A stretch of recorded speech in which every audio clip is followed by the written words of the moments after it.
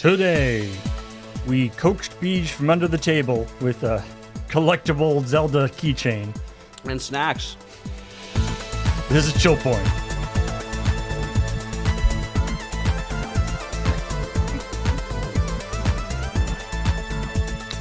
Just nobody mention the J word and we'll be fine. Mm-hmm. After we got him out from under the table, we took away the pillow that's hiding under there so he don't want to go back so much. The end of snacks. Hey, everybody. What's the J word?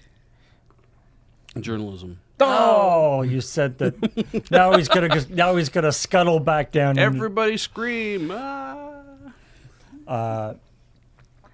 Hello, everybody. Welcome to ChillPoint, a show where we talk about the week's video game news, as well as the episode of ChillPoint that just went up. ChillPoint number 501. We are going on past 500. Yeah. How far? Who knows? Which, like the pants, are hard wearing and will last you a lifetime. I wanna point out that in episode 501, there was a comment where somebody had asked what happened to episode 500, and it turns out that the thumbnail was so different they happened to miss it. Wow. Cool. And I was like, but I made a special thumbnail. I mean, there was an episode 500 of ChillPoint if you missed that. I hope they saw 501 and were like, wait, and then searched for ChillPoint 500. No, they just asked, and then I think Graham responded. Ah. I mean, it was like, they could have just it's like on this channel? I looked on the channel. I feel like there's like a dozen different ways they could have found that out. Absolutely. On their own. You know, I was very proud that I made this cool thumbnail that I'm never going to really do much of ever again for ChillPoint because it's a lot of extra work for a thing that has to go up right away. I mean, let's be honest. We skipped 420, didn't we?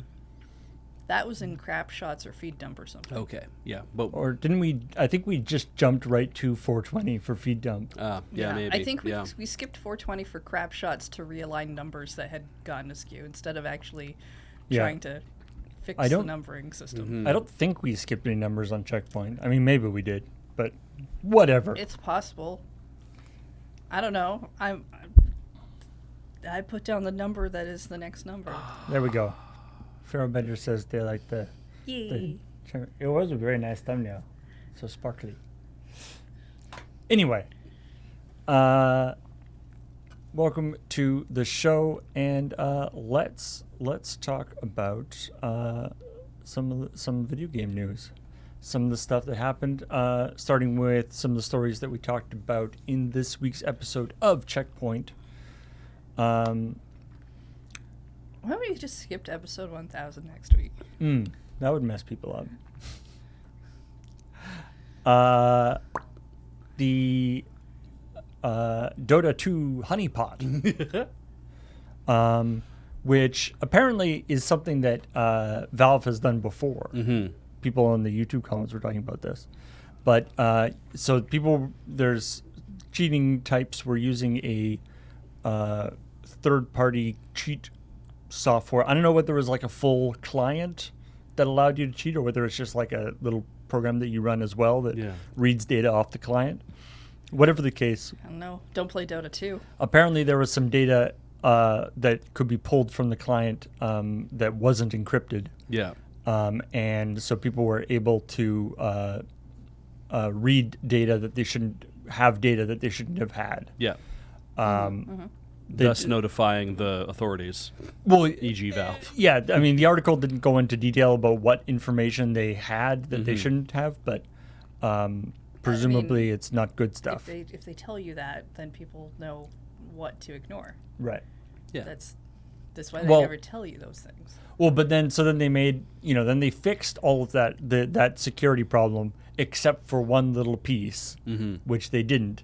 And then they just kept track of any clients that tried to ping that one little piece of data that should never be looked at. Mm-hmm. I just assumed a giant honeypot actually shows up on screen, and anyone who can see it is like, well, that might be neat, and they go towards it, and then they get stuck in the honey. What I like is for an image, obviously you sort of have image of Dota, and then when Beej talks about a honeypot, I was just like, a picture of a honeypot. Yeah. What I like is a very large, like honeypots. Yes.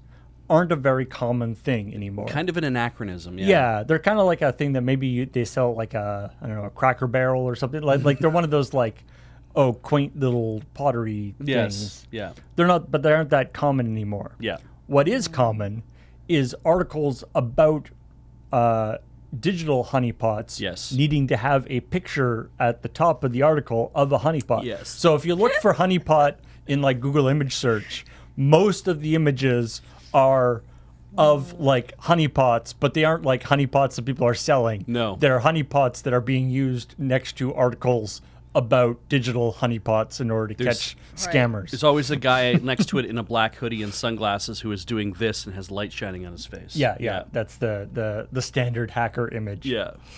So was it people just used to take honeypots to beehives, and then I don't know, was there a little spout thing that poured out the honey, and then they were like great, and then they walked home like. I mean, they would like crack open the the hive, and then they'd run away while the bees chased them, and their friend would come along and then drain the now empty hive into the pot.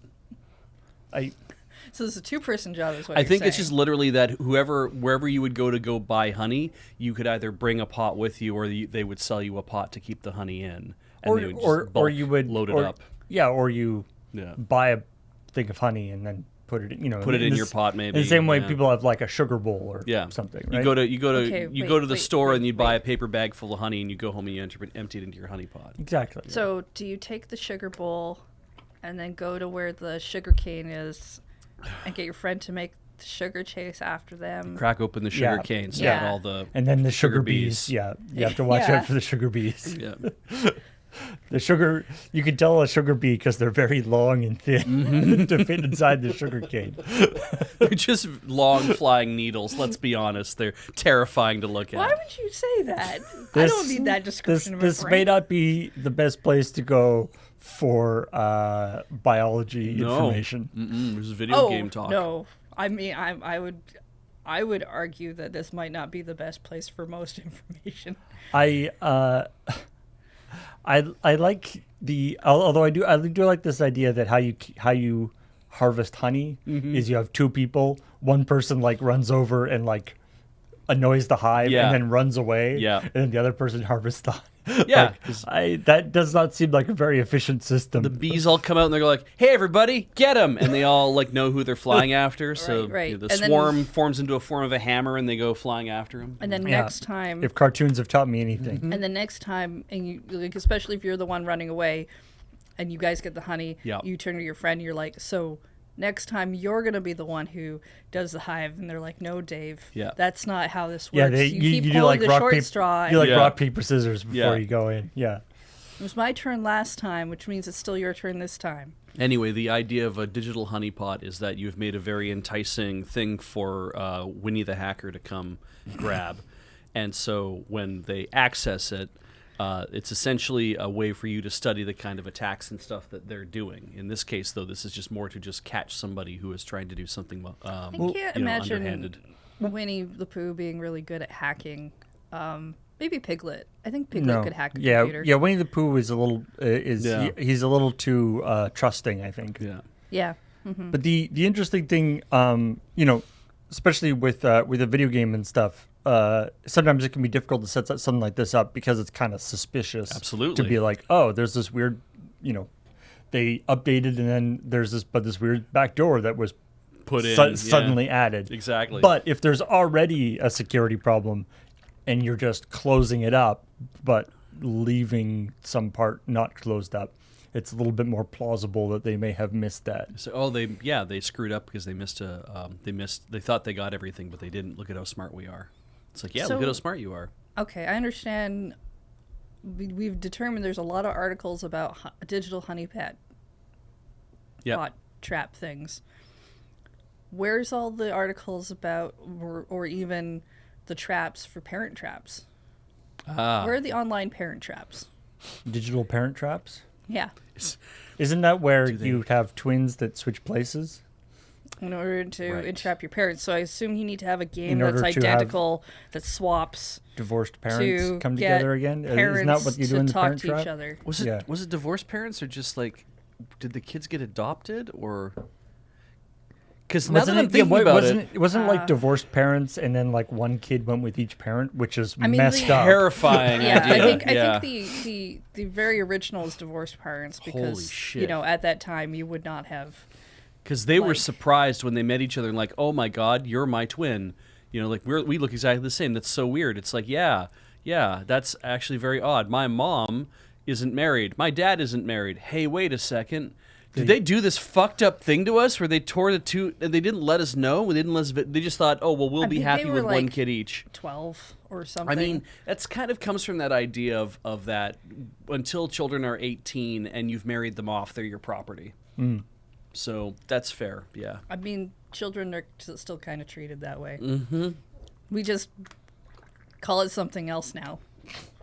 Sometimes. Responsibility. Anyway, this one also it had bees pointing at the lower third, which was fun. That was good.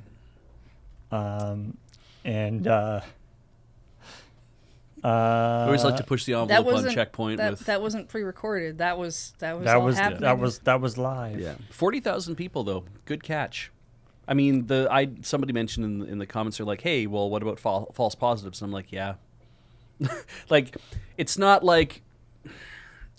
I mean, presumably though, like I don't know how this. I mean, I think the only way this could be a false positive if somehow the person had this installed on their computer without their knowledge, or like somebody else, like a sibling or something, installed it on the computer. Yeah, because it just is like the only way you would have seen the thing, only way you would have seen the whatever was there is that a client had to be able to read it. Like people don't read the piece of data on their own from the game.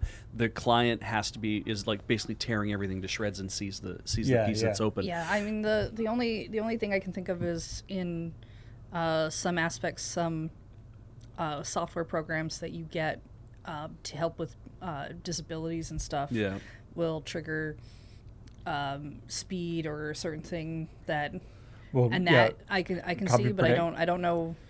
I doubt how this that would work in that way. Yeah. I mean, there is the thing along with this. There is that aspect of anti-cheat software that we've talked about before. That often anti-cheat software does also eliminates things that people use for legitimate purposes. Yes. For accessibility or whatever. Yeah. Unfortunately, the ways that those systems connect into the game is the same way in which a cheat software would connect into the game. Yeah. Yeah, and generally, the problem a lot of people have with anti-cheat software is that it goes to like the root level of your computer. Yeah, we were talking about that the one time where it's like in some cases it's like they're rootkits or they're almost rootkits, and it's just like, yeah, because they have to get in there first to ensure that nobody's cheating, and it's like. But if it's just a thing that's detecting that something is being read at a certain level, you wouldn't really need to. This do feels a anything little like more that, benign, right? yeah. Yeah, and there's this quote here though that they say, they want to make this example visible, users make our position clear. If you are running any application that reads data from the Dota client as you're playing the games, your account can be permanently banned. So this particular thing only grabbed this one app. Yeah. But they're reiterating what it presumably is in their terms of service, that you cannot. Like I remember, like way back in the day, they've closed this now, and this is even a different client now. But way back in the day, the Magic Online client didn't encrypt the data that was being sent back and forth between the computer and the Magic servers, Right. and which is a bad idea. It caused, it's definitely a security problem. But one of the cool things that allowed, Right. was that somebody, and we actually used this on some early streams.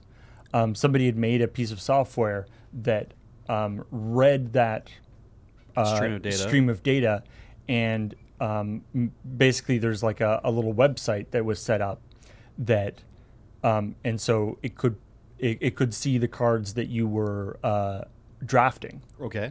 So what cards were available to draft, and then people could go to this website and vote on what they think you should. Oh. tape. Oh, That's okay. neat. It was That's just fun. like a drafting assistant sort of thing. That's fun. And it was a super fun thing to do. And it was kind of a neat community thing. Yeah. And the only reason why it worked is because this data was being sent. Yeah. You know, realistically, it was like there's various nefarious purposes that data probably could have been put to.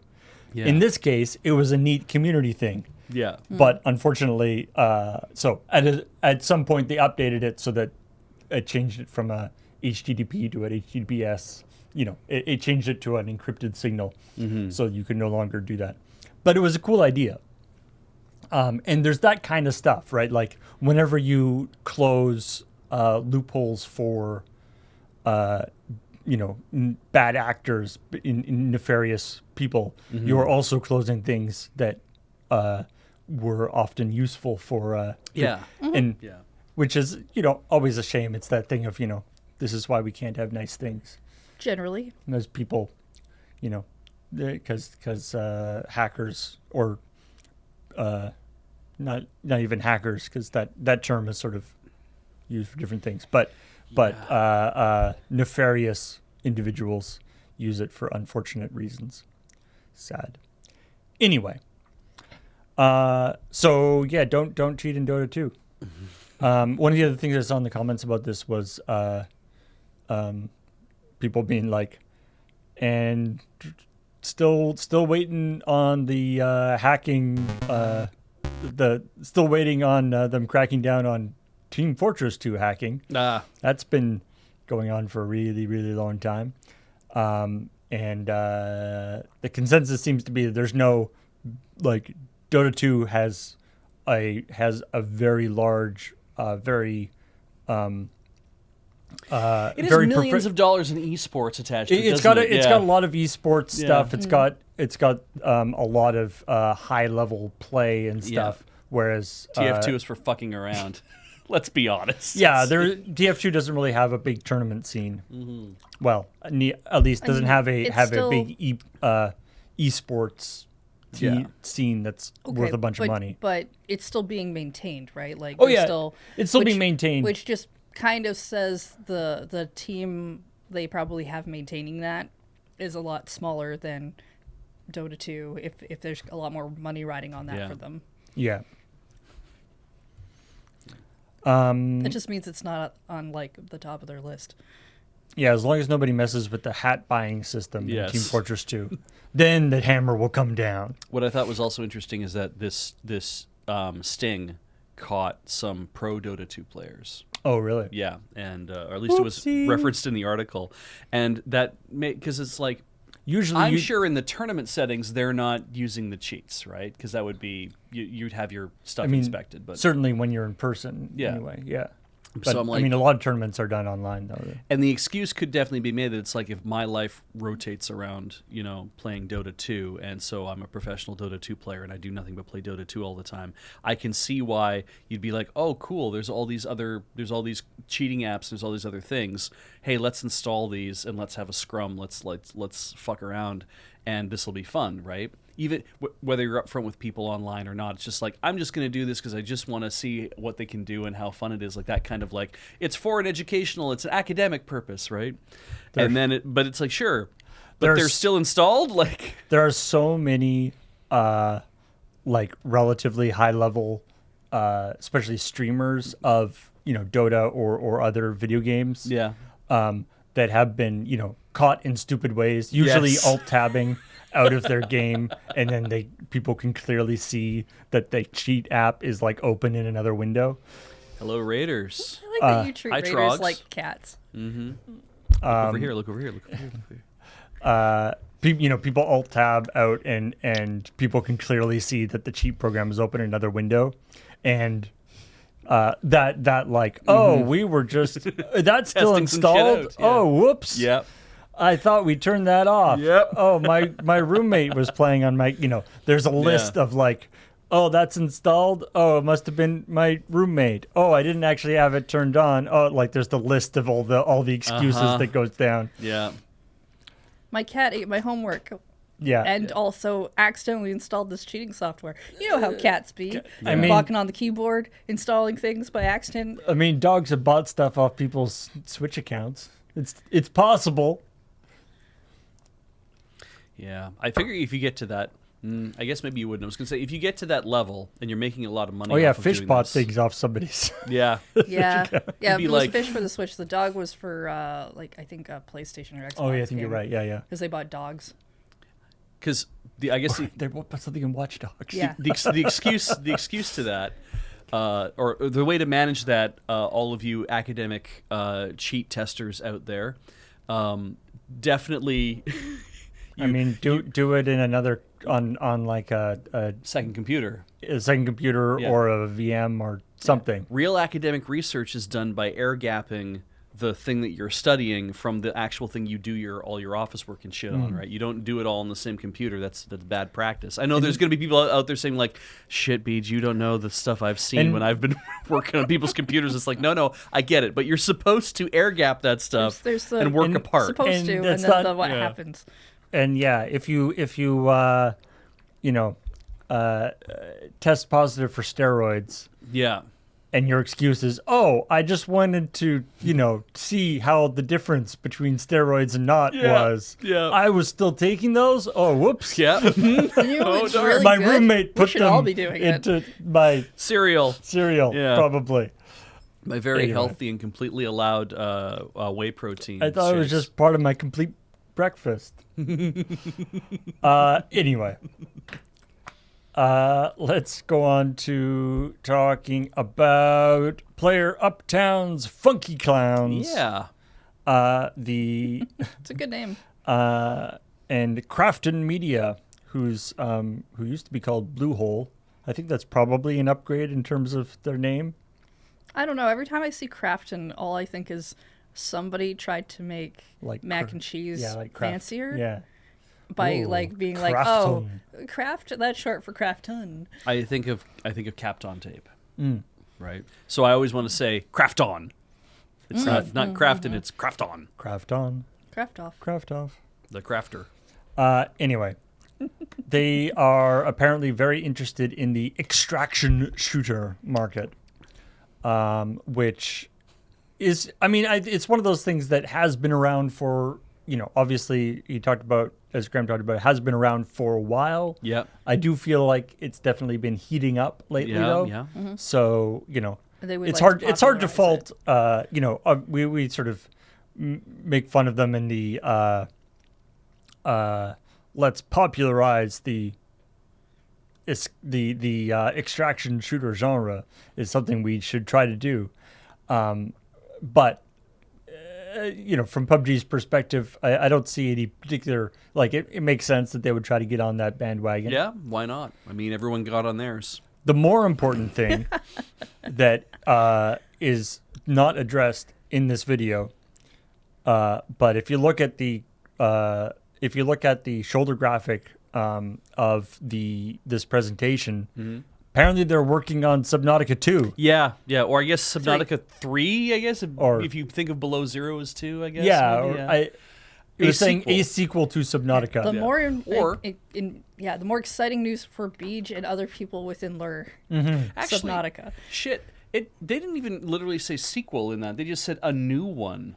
I guess so. So yeah, it's just like it could be a prequel. I mean, or maybe these aren't. I'm playing Below Zero right now, and it's so fun. Like it's absolutely a treat. A big monster bit my sea truck. It was like, and I panicked. That'll like, I'm happen. like, yeah, and I was just like, oh man, here it is. Here's the panic. So that was good. Yeah, I came home last night after stream, and Beej was just like, I want to play video games. And like, nothing is stopping you from playing video But I games. want to also like eat some food, and I want to watch some stuff, and I had a great conversation with my parents, but we got to the end of the thing, and I'm like, I'm gonna go play video games. Dad, you would hate this game, and I described it to him, and he's like, yeah, why would you play that late at night? I'm like, it's a rush. It's so fun. Yeah.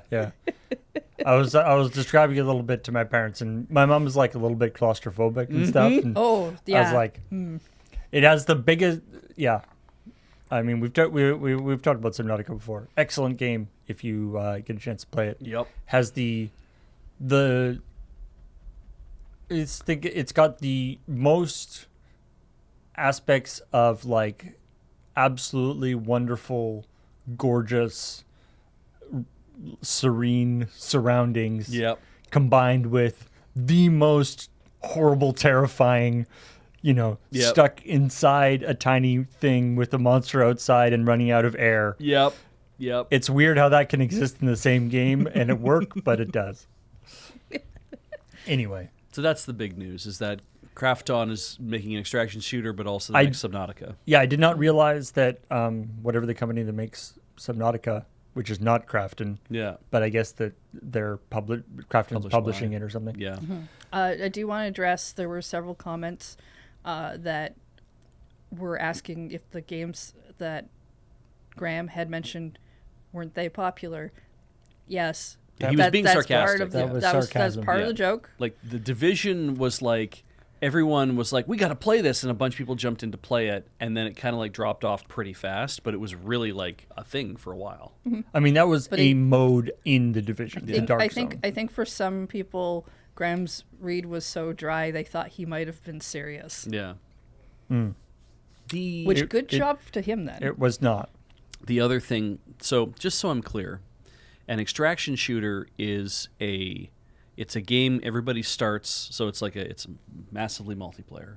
So there's like the arena style, like is a big map and a set number of people all show up in this map, and then you find stuff like guns and armor and like medical supplies and whatever, and then when you've found enough and you've sorted your backpack thusly, then you go to an extraction zone so you can be pulled out of the map, and you're killing other people so they don't kill you as well, I'm guessing, or you, And you can kill them take, so you and take you their can take stuff. Yeah. I mean, it's yeah. sort of like a roguelike or something, right? Right. Where it's like anything you can escape with, you get to keep. Right. Yeah. And then you can use it for your next And run. Or you can there's sell it on to be stuff able that to get you're better stuff. like some of the campaign stuff is like you're looking for specific items because Yeah. there's like, I don't know, checklists or something, and you might have to have a certain item when you go in, like a key to get into another area. But if somebody else shoots you, Yeah. they're gonna take all that stuff that you have, Found, which is yeah. also why you're gonna shoot them and take all their stuff. Right. So there's this. They're framing it like a roguelike is actually make it a lot more sense to me. That it's Yeah. like, I mean, the map doesn't change, but the distribution of stuff changes, I'm sure. And then you're like, yeah, this is what this is for. So yeah, so it's not necessarily like I've seen them do in Escape from Tarkov, like when James has been playing it. I've seen them do runs where they literally, because it's random where you spawn in from. Yeah. And I've seen them do runs where they literally spawn in and then just like within 5 minutes just head directly to the exit. They just grab what they found because they're there in and a bad, like, yeah. they're in a position where they don't want to That's deal fair. with the Or they only game. really needed Neato. maybe that one item for one person, and they Right. got it. So get out now, so you can still get it. I think they also have missions of like hitting certain like amounts of targets, or Yeah. I know around Christmas there was a thing to do with Santa as well. Okay. Which I thought kinda it was seemed interesting, but again, I don't read enough into I thought it was more like that game that we'd been playing for. I forget the name of the game, but it's that one where it's like it's all very like backcountry horror themed, and it's like you go in and you have like little missions to do, but when you're done killing like the weird, very strong monster guys who are like stuck in a cabin somewhere, it's like now I have to get out of here, and then it's like then run to the exits before the killer catches you or something. And that's as people in Is the, that Hunt Showdown really? Yeah, Okay. which is one of the games that Graham talked about. Yeah, So okay. sometimes these games do have like there is like an objective and sometimes Okay. so anyway, or Dead by Daylight is also kind of Okay. similar to that, or Phasmophobia is also has Oh aspects yeah, of that I too. guess it would, wouldn't it? Neato. Phasmophobia, I don't know if you actually collect stuff in Phasmophobia to take with you to the next No, mission. you You well, can it's- lose stuff, It's but been a long time since we played, so it's probably updated a ton since then. But you bring stuff in with you. and then If you you get leave stuff there, you're gonna lose it, and then you get money. and then you get money, and that's gonna help you buy more resources to take into the next thing. You're mostly after things that will get you cash. So.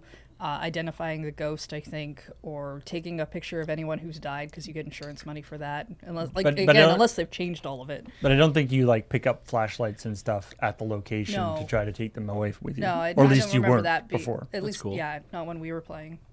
Anyway, I don't intend to play it again.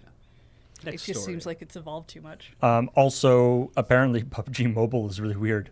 Yeah.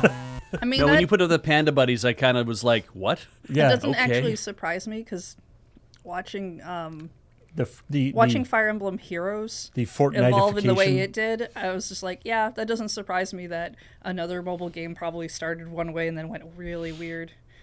God, you just reminded me of the whole thing you were talking about, or you were telling me about on the forum, where people were like, okay, Nintendo is stupid because they won't make an MMO about any of their stuff. Why haven't they made an MMO? And I'm like, my guy, Fire Emblem Heroes is an MMO. You just haven't realized it yet.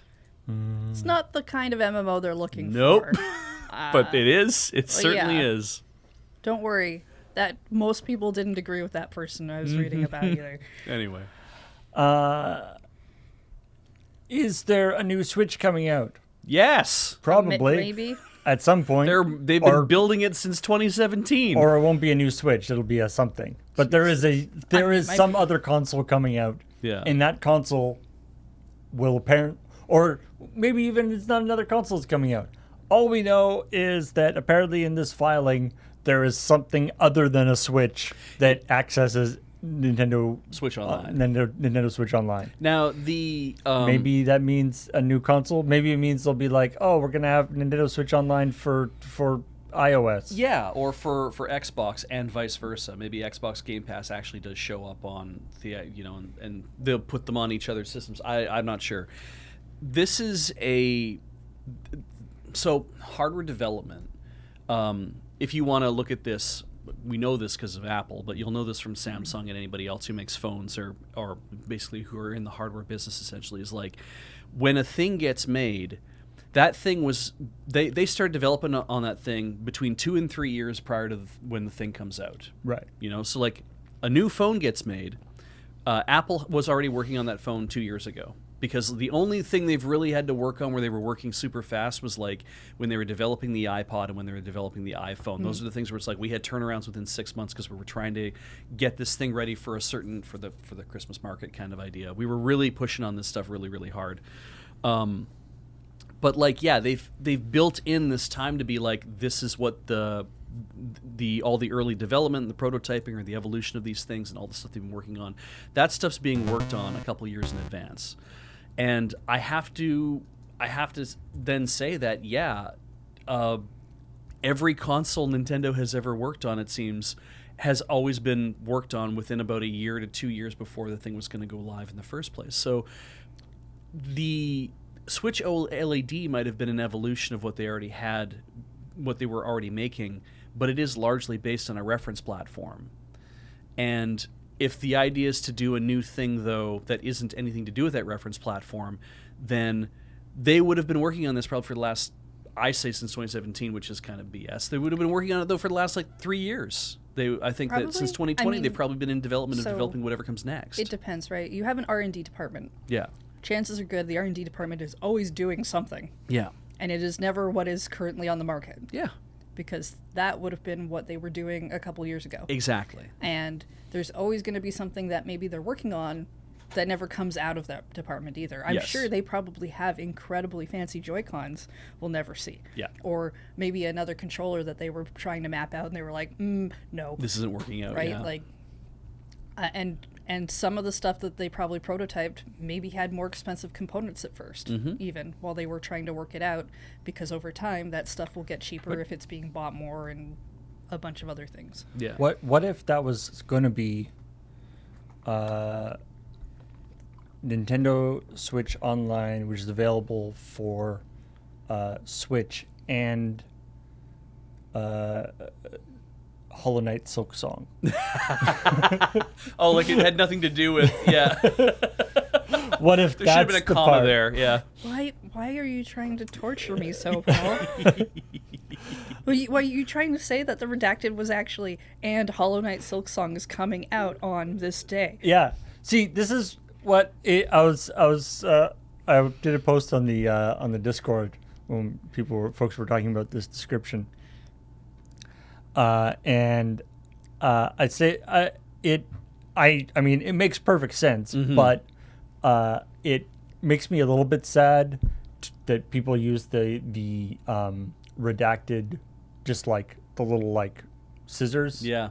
to show something's been redacted rather than the blacking. Yes. Yeah. I mean, for one thing, when they use the black, when they just cover it with the black stuff, it gives you an idea of like how long. Like, what if that was a whole paragraph that they cut out? Yeah. We wouldn't know, right? Mm-hmm. But also, sometimes they're stupid and they just put black stuff over it, and you can actually extract the text from it if you Yes. look at the PDF in a document, which is something that I find very. There's been a few notable cases Yeah. where Yeah. stuff has been leaked because they redacted it by just putting black boxes over it, and you can open it up and Or don't forget Illustrator and with move the Apple versus Epic stuff, where they forgot to do any of the redactions in the documents that they Yeah. posted. Yeah, yeah, yeah. And then everyone already saw it before they added the redactions. and they're like, please delete those and use these Pretend versions it instead. didn't happen. Yeah. I read the Ars Technica article for this one because I was just like, I was in the same boat in your after talk on that, which was just like, really?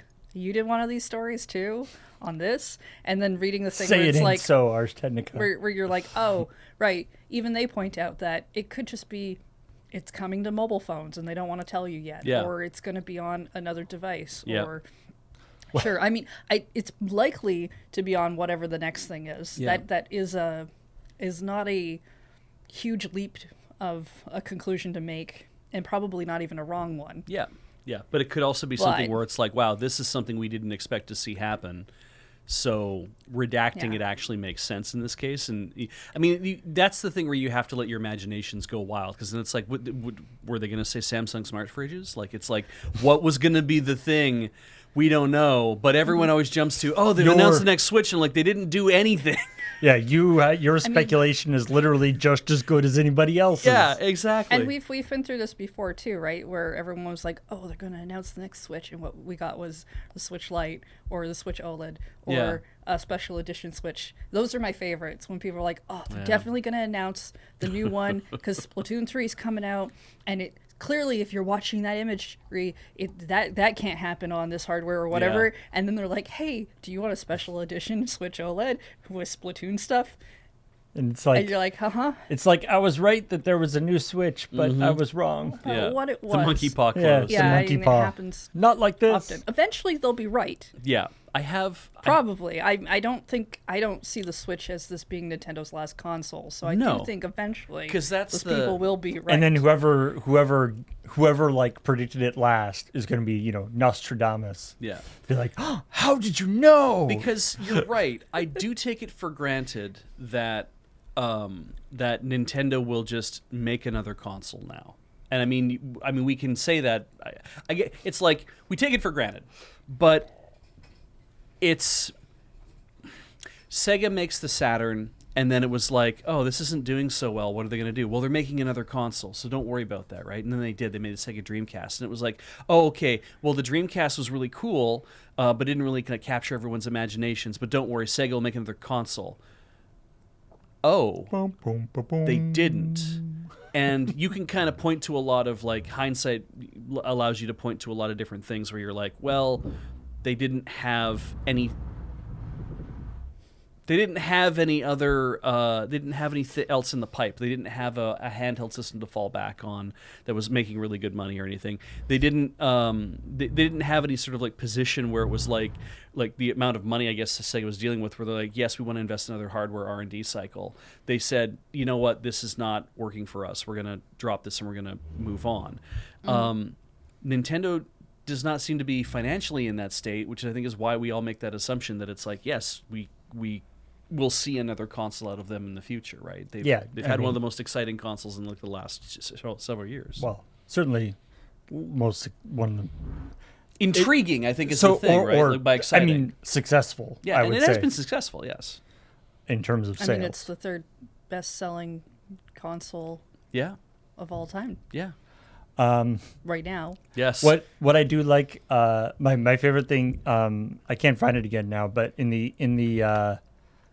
the shoulder graphic for this story, we had a bunch of graphics about the CMA and the thing. And when Beach talks about the news sites talking about this, Yeah. I just had a screenshot of like Google News, and there was like the Ars Technica article there, but one of the articles that was in that screenshot, the title was like, not only is it like, is there a new Switch coming? Here are some guesstimates as to what it will be. Yes. Right. Oh, right, yeah. It's like it's like not only are they saying that they're like saying that that redacted portion means that there's a new Switch coming. Yeah. But they're going so far as to actually try to put specs to it. Yeah. Oh my God. Like, And it's like, which presumably they just go like, oh, it's going to be, whatever the latest NVIDIA Tegra thing is. well, yeah, because like what I said was, like, does this thing is it gonna have 4 screens and laser-based Wi-Fi, right? It's like, right. So- I had to really kind of think like really wide in terms of what would be the dumbest things I could think of that would make sense for this thing, because it's like, well, will it have current like Wi-Fi 6? Will it have next-gen Wi-Fi? It's like, probably will have next-gen Wi-Fi. We can assume that because that's kind of what's getting into people's houses still. So it's like, Actually, yeah, shout out to, let me actually post the link. yeah. Shout out to this article from the Mary Sue on the 15 best or 15 funny Nintendo products. Nintendo product mock-ups, where we got some of those great. I like the all these. The Nintendo BS is really good, I think, actually. But there's a the sense that I have is like, you can think about a whole bunch of different, like, oh, it's going to have a holographic display. No, it isn't, right? Sure. Like, we can start but it'll have an OLED display. It might. Maybe. It probably, like, it stands a better chance to have one, but it might not necessarily. It might not. That's the hard thing, right? They came out with an OLED model, so it's like they definitely know OLED screens exist and Yeah. could use them. But if they're trying to hit a certain price point, Yeah. they might not want to use that. Because then you might see something like, oh well, it'll have a Retina class screen. It'll have pixels so small on the handheld that you'll actually not be able to see them very well. That would be cool. Right? I mean- but that also is expensive too. So would they do that? And you're like, well, maybe they think that it's not worth it. So they'd be like, no, we'll go to 1080 or something for increased pixel depth. So everyone thinks that we're making more of an effort in this area. But how necessary is it? And it's like, there's the completely unattainable, there's the attainable, and there's the realistic. And when you put things in the funnel and you shake it, eventually you get down to the point of, well, what is the actual realistic level of tech that we would see out of another device? Also, the point of Nintendo always comes up with something you're not expecting. Yes. So there's that angle that you're like, well, are we gonna get the same thing as a Switch? Because we could just get another more powerful Switch, essentially. Yeah. Or will they do the weird clamshell design thing I've seen other people decide they would like? I don't know. It doesn't really suit. But I think is a thing. But I can kind of get it because the DS having that clamshell was really cool. Mm-hmm. Yeah. It's you make an excellent point. Like, will they be like, well, people really liked actually having a screen protector by closing their DS, so we're going to bring back a kickstand. We're going to have the kickstand actually fold over and protect the entire front, and then you can unfold it and it can protect the back.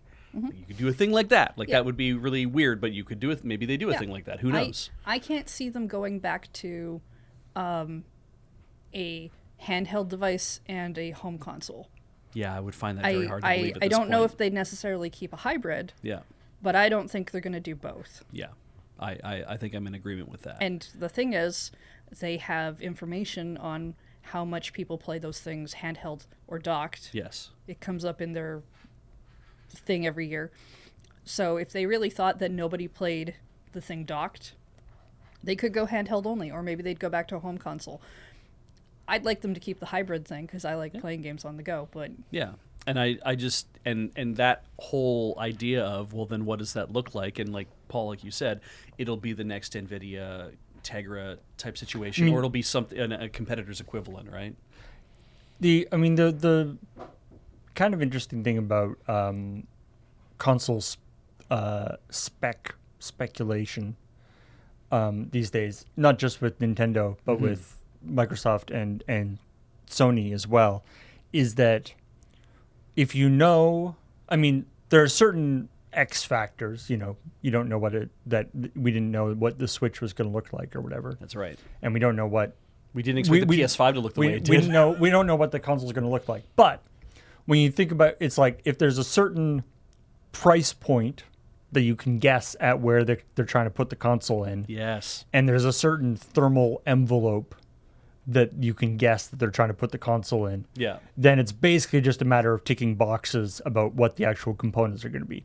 All of the consoles these days use off-the-shelf components. Yes. The chances of something totally out of left field coming up is pretty unlikely, like a cell processor or something like the PS3 used. I mean, even but of course, that means that where they differentiate themselves is the other aspects, whether the software or how the Switch, the Switch converting thing and all that kind of stuff. Yeah, detachable Joy-Cons, like the the layout of buttons, and it's like there is certainly the more you shake the more you shake the Game Boy design. Also, I'm thinking a lot about funnels now, but it's like you get to a point where it's like, well, you either have a portrait or you have a landscape, but they've always been a brick, right? So it's bricks of different thicknesses. Oh, the Nintendo letter. Yeah. It's like a 8.5 by 11 screen. Yes, just perfect. It's just a screen, and because that's the thing is it's like I guess that's just an iPad. Yeah, Oops.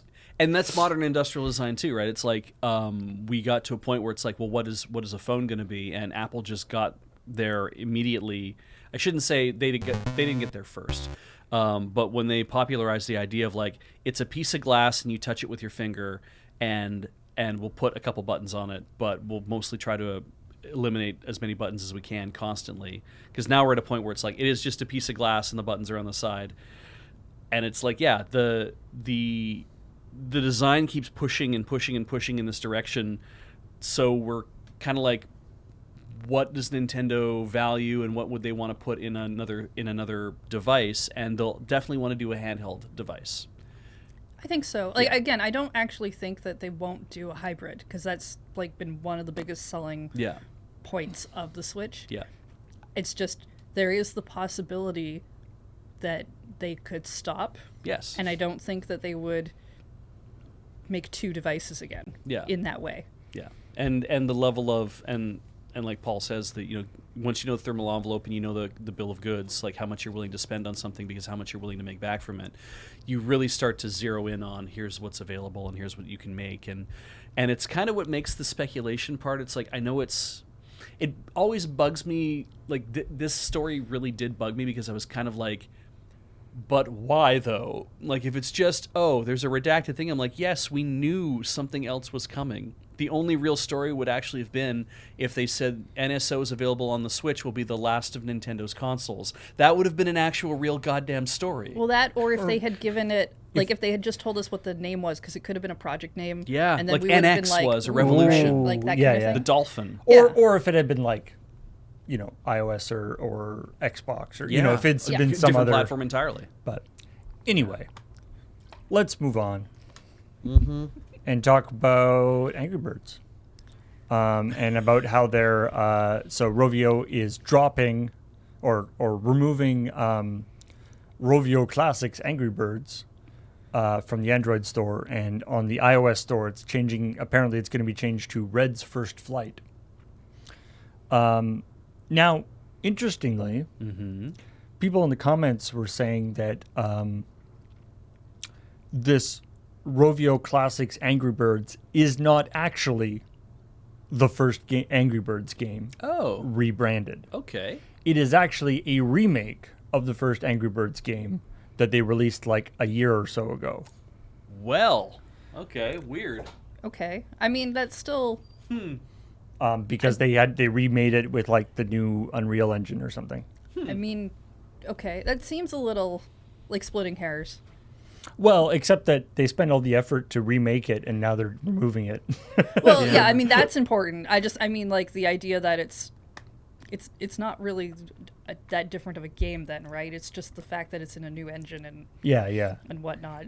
But yeah, also, as somebody, like, I used to play Angry Birds, and I played Angry Birds, and I Played it played once. Space, and I played Bad Piggies and stuff, and I quite enjoyed them, but I hadn't played it in a long time. I did not realize how many variations of the Angry Birds game. There's like Angry Birds Classic, Angry Birds 2,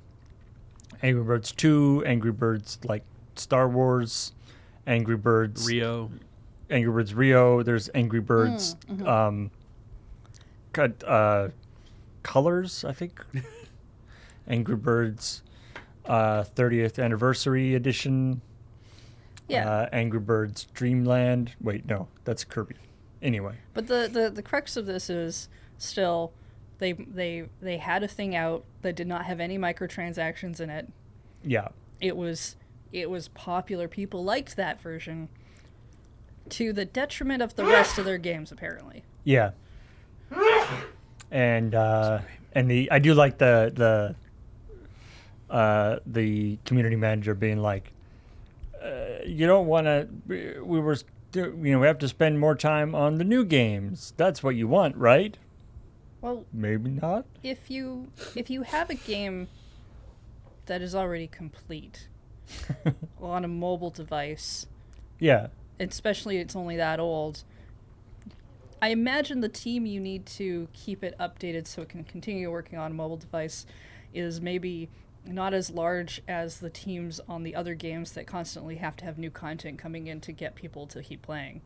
I mean, Angry Birds was always like Rovio and Angry Birds, it's one of those ridiculous things, right? Like the fact how big, like, I remember when Angry Birds came out, it was like, oh, this is like a really slick version of this game that I used to play on Newgrounds. Somebody said Crush the Castle. Yeah. This is a slick version of this game that I used to play on Newgrounds. And then we did subsequent stories about them on ChillPoint. Right. Where they came out with new games. When they opened the theme park, which I think has since closed. Oh, yeah. They've got 2 movies, which the first movie is actually like not bad. Okay. The second movie, less so. But we'll see what the third they one's like. have been quite successful. The third movie is apparently in production. Like, the fact that all of this like, legitimately multinational corporation, ginormous multimedia conglomerate is based on this dumb game that it's like, it's like if, whatever, Wordle had got, like, I mean, rather than being bought by the New York Times, had, like, created this multimedia empire about Wordle. And the guy was like, okay, I'm going to make all sorts of, I'm going to copyright the Wordle thing, and I'm going to make all sorts of new Wordles, and I'm going to make a Wordle theme park, and I'm going to make 3 Wordle movies. And yeah. It's just like, it's a fine game, but is it really? And I feel like Rovio kind of knows that in the sense that that's what, they brought out so many variations of Angry Birds and keep trying to be like, look at all the different cool things you can do, because they know that, just making more levels for Angry Birds 1 is going to run out at a certain point. But if I can make Angry Birds Star Wars, we can't run a 5,000 person company on making levels for this one game. And that's, I think, really what the community manager's post really should have said, which is like being like, you guys want more games, right? And it's like, no, people just want Angry Birds. They just want to play Angry Birds. They just want to have more levels to it. And it's like, right. So if we don't make new games or different games, then there's no reason for, not even the sense of like whether we microtransactions eventually or not. Everyone in the world will have bought Angry Birds. And there is no way for us to, I mean, not me, because I'm not interested in the game.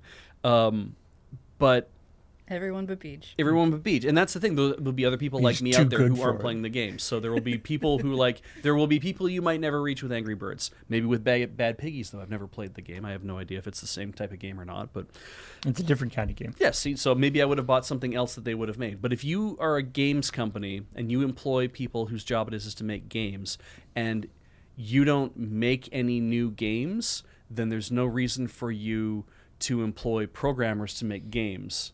Your whole thing then is to employ people to just maintain the games you already have I would guess, and you would need less of anybody to. You don't need artists anymore to make new art because you are just maintaining a game that doesn't need new art. It's just always the same stuff.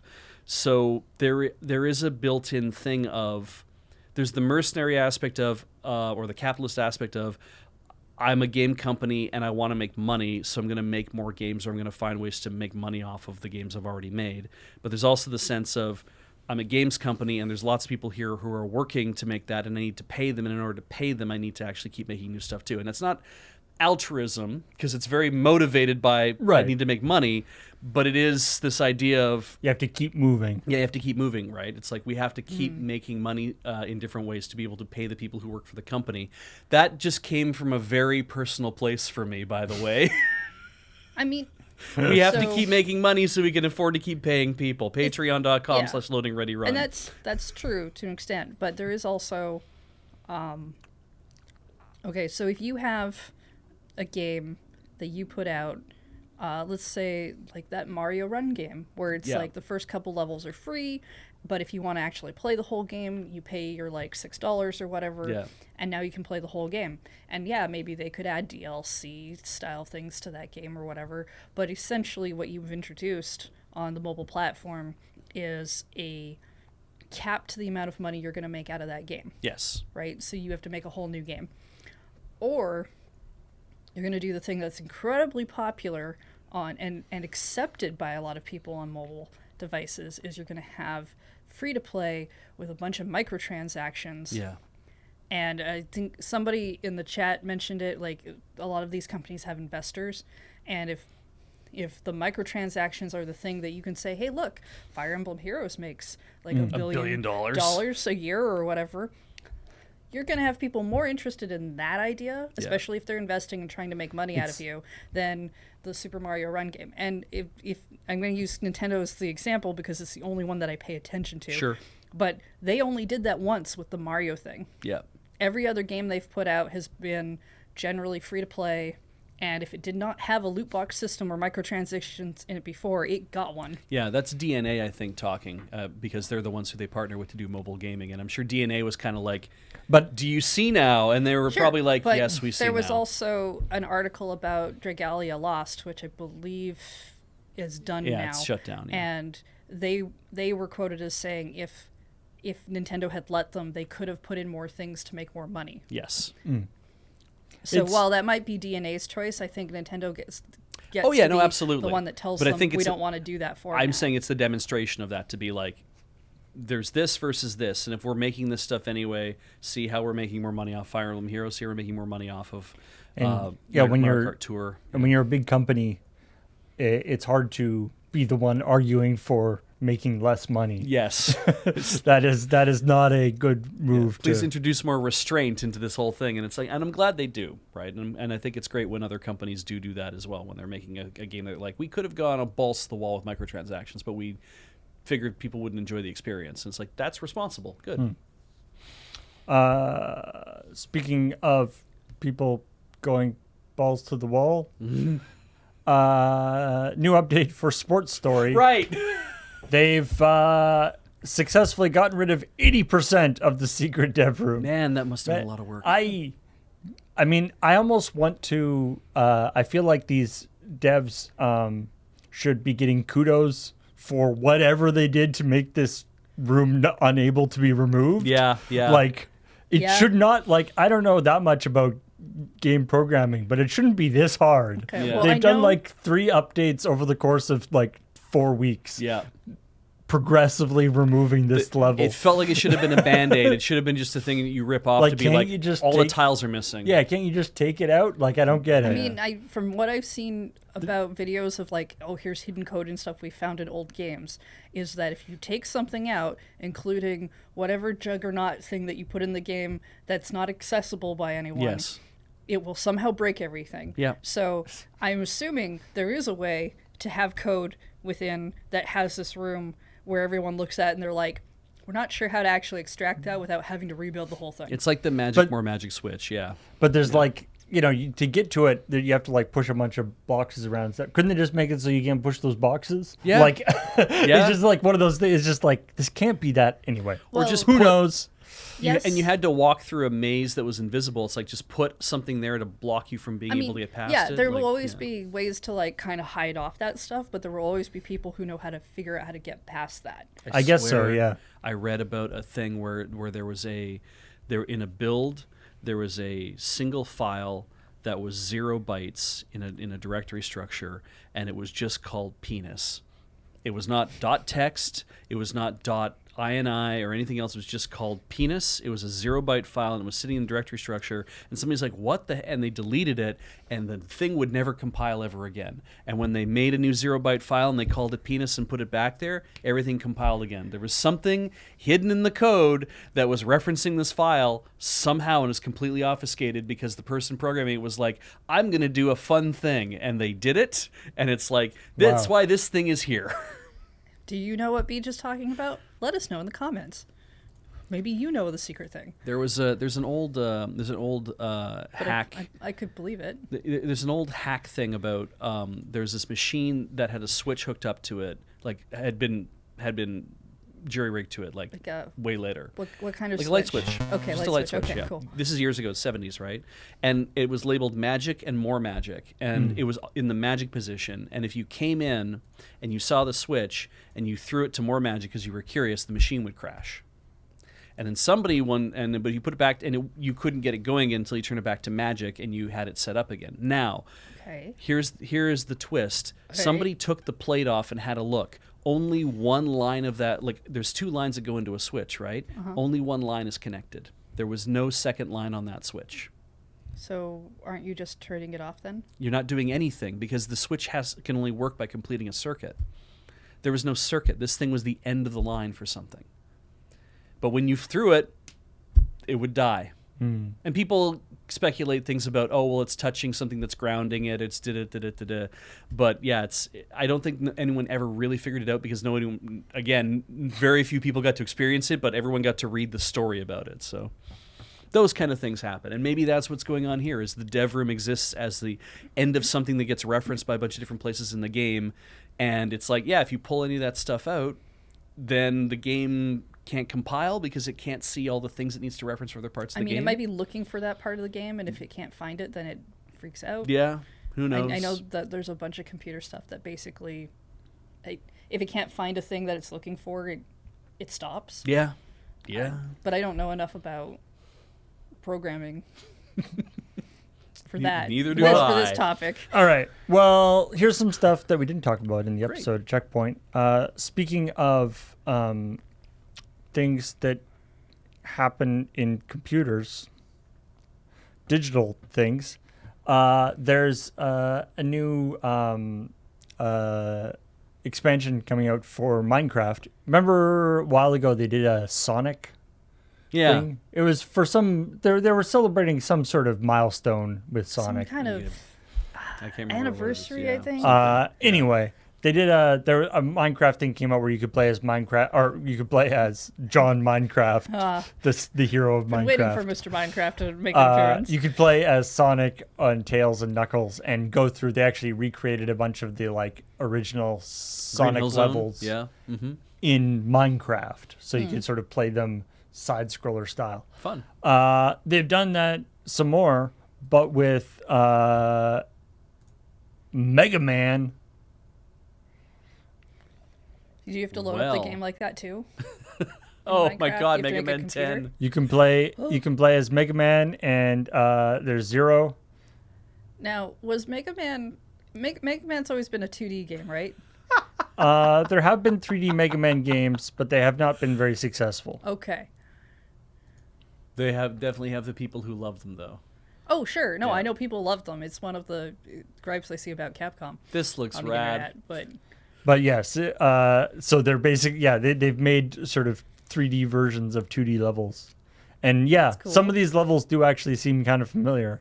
Oh, that's good. That's good. Yeah, Chill Penguin.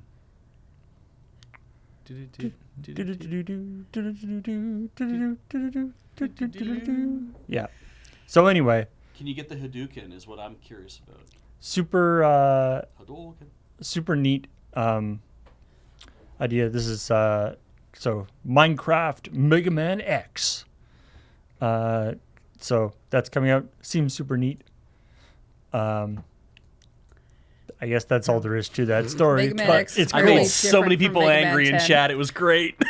Why? Because Mega Man 10 and Mega Man X are different? Yeah, they're different Yeah. things. Yeah. Apparently. Yeah. We really should get rid of Roman numerals. Yeah. My guy, I was alive in the Super Nintendo era. I know the difference between Mega Man X and Mega Man 10. Just assume anything Beach is doing is to make you angry on purpose. Yep. And maybe you'll hit that. Just because you're trying to make them angry on purpose doesn't mean it's also not true, though. It's true. Anyway. Your feelings are valid. You're allowed to be mad. Yeah, Mega 10 is something completely different. You're right. That's true. That one I know. Oh, that's Gran cool. Turismo is pushing out. Now, I think we talked about this when it was first being worked on. Because Yeah. this actually was talked about in like a white paper last year, I think. But it is now going to be actually available in the game Gran Turismo. You'll get to play against GT Sophie, who is a new AI driver. Pro level. And that is at least apparently basically like unbeatable, and not just but It's because she cheats. no, not because she cheats. No, That's the the computer's a cheater. God damn She it. can that's fly? the interest. That's the cool thing about this. So Yeah. it's an AI. What's interesting about this is obviously people have made AIs in racing games forever. What's interesting about this is apparently the GT Sophie AI drives as a real professional driver would. Nice. They have, they're taking corners properly. They're passing properly. They're not running into your Probably car, drafting and stuff. Yeah, they're actually taking into account all the things that They a don't real have- driver would have to. They don't have secret oil slicks.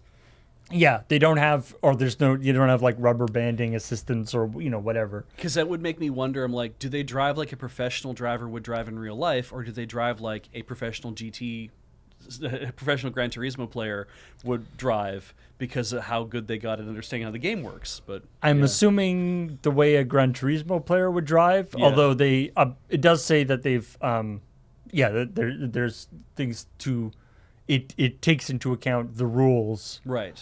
which Gran Turismo does as well. You're not supposed to be making contact with other cars Yeah. and this kind of stuff. Yeah. Apparently, when it was first ready, when it first came out, it didn't. It was lacking some aspects where people could take it. Very skilled players could take advantage of some of its weaknesses. Like for instance, apparently it tried to pass opponents as quickly as possible. Right. What would happen sometimes is it would pass, and then it would go right into a section where they could easily get repassed. Yeah. Stuff like that. Yeah. Whereas now it's sophisticated thing, but it's the important aspect from what I understand about this is it's not that like it's been programmed to perfectly do these levels, right? This is sort of a general purpose driving simulation thing. That's cool. All right.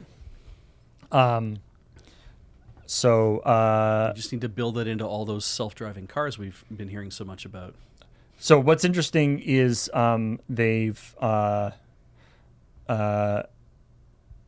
allowing people to drive against this AI for a limited time only at the moment. Okay. To collect more data. Basically, they're releasing they're testing it, and essentially. then they're going to collect a bunch of data, and then we will continue to evolve GT Sophie. And if you're not, a amazing world-class Gran Turismo driver, Yes. I'm not. Thank you. you can you can set it up so that things are like you could put GT Sophie in like a crappy car and you get a super cool car, right? Like Oh, you okay, can so That's you a can really modify cool it a bit, idea, yeah. actually. Yeah. so you can you can skew things in your favor if you don't want to actually have like a fair fight. Okay, because sorry, you go ahead. Can I just turn her off? Do I have to fight her? No. This is a game. This is a optional particular thing. game mode that is being added. All right. There is this sense that I've always watched a lot of Top Gear when it was back on BBC, and there was this sense that I always had where it was like, well, put the Stig in the reasonably priced car, and put the celebrity in the really like nice race car thing or whatever, and have the two of them race each other and see what happens, because it's like getting somebody who like put Rowan Atkinson in like the really nice sports car, but give the Stig the Lassetti or whatever they were driving near the end there, the car. The idea of like who, how much is skill and how much is the actual because car Rowan itself. Atkinson is a good driver, like he's really good at what he does, and you give him a really good car as well, and then it's like, now but you have someone who is a professional race driver in a shitty car, and it's like, now how does that change the dynamic? I'd love to see things like that where it's like somebody who is really good but still an amateur versus somebody whose job it is to do this for a living, who has millions of dollars on the line, and whether they don't make it in first or second or whatever. And that idea, like, it's like, this is the similar kind of thing. It's like race Sophie, give her a less good car and see where the overlaps are in your skill, to be like, I'm driving the McLaren and she's driving the Mini, let's see where the crossover Yeah, no, is. that can be really cool. Yeah. I do have another question though. Okay, so in like sports games nowadays, they have like a manager kind of mode where you play like a story mode and you draft things and do whatever. Has GTA, Gran Turismo, whatever these things are, because clearly I don't know the Not difference. quite the same thing, but that's fine, yeah. Does it have a mode where if I beat Sophie in enough races and we become rivals, that then we get to go out on a date and then we get to kiss? Is there a As secret far like as I that? know, there is not a dating mode. Have they Well, given... they should add one. I don't think the GT Sophie AI has a body or That's fine. we We can find other ways to make it work. Could we... a personality outside of the racing. I feel like they could. I mean, they could presumably- develop. They said that they would evolve. Presumably, they her- express themselves through. You could see whether RPMs. it's like Can being I get- aggressive or not. Can I get our wheels to touch then? Can we give her like GLaDOS's voice? And if not that, then at least Hatsune Miku's. This is like I'd be okay with that. there's a I forget, I'm trying to remember who it is now, but there's a Greek legend, is one of these things where it's like, in order to marry the princess, you had to beat her in a foot race. Ah, okay, yeah. And then I think guy gets help from gods and because she's incredibly good at racing, because she's awesome. Right. Atlante, yeah, that's it. Atlanta. And then somebody uses these like golden apples that like he throws in. They're like so amazing that she like goes and picks them up, and that delays her enough that he wins. But I was like, but it's like, that's sort of, it's like in order to GT Sophie, right? In order to date GT Sophie, you have to beat them. But unfortunately, So just put some apples they're on the too road. they're too good. Yeah. They must They're- always. They are too. They're always too focused. longing for somebody to win in the race, but no one ever can.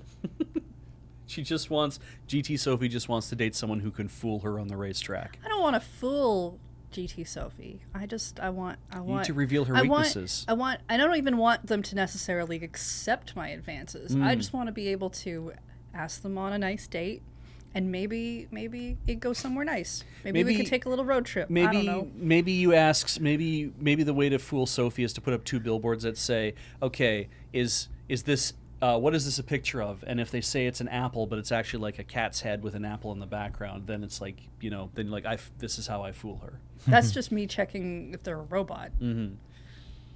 Anyway, I'm picturing GT Sophie as Sailor Uranus. Yeah, as Haruka. Yeah, absolutely. Yeah. I'm on board for this now. if There's gonna be a GT Sophie like Sophie Tan. There's gonna be someone's gonna draw the.